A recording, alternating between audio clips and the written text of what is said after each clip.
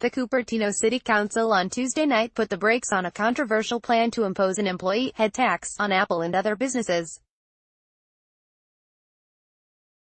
The council's 4-0 decision to wait until 2020 before putting the tax proposal before voters leaves Mountain View as the only Silicon Valley city proceeding with the so-called head tax this year. Numerous speakers, including members of the local and regional business community, supported postponing the proposal to 2020.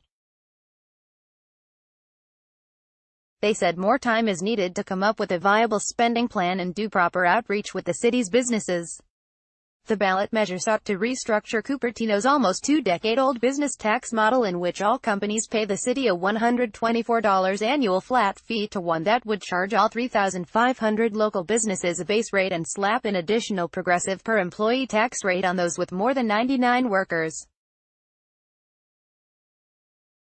The proposed new tax rate would have raised upwards of $10 million annually to help relieve traffic congestion, with Apple paying the bulk of that.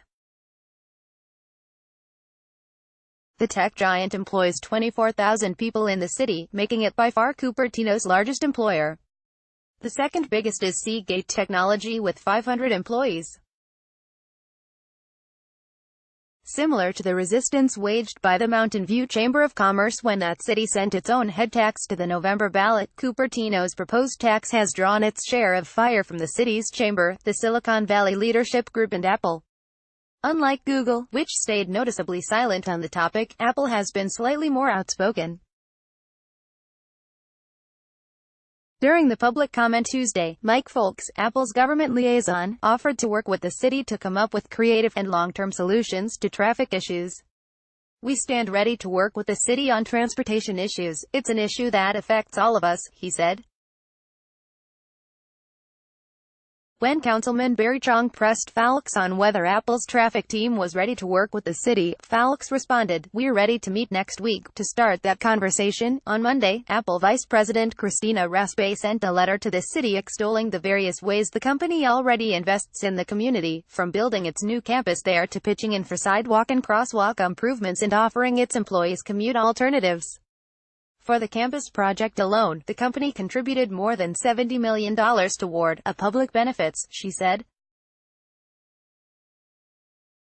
Councilwoman Savita Vaidyanathan said while she believes the city's traffic congestion needs urgent attention, she was encouraged by Apple's engagement so far with the city. "Apple's letter gives me hope that they're hearing our collective concerns," she said. Cupertino's decision to wait leaves Mountain View, headquarters of Google, as the only city to put a head tax in the hands of residents. Earlier this year, Seattle repealed a similar tax proposal, which was primarily meant to ease homelessness, in the face of fierce opposition from Amazon, Starbucks and other large employers.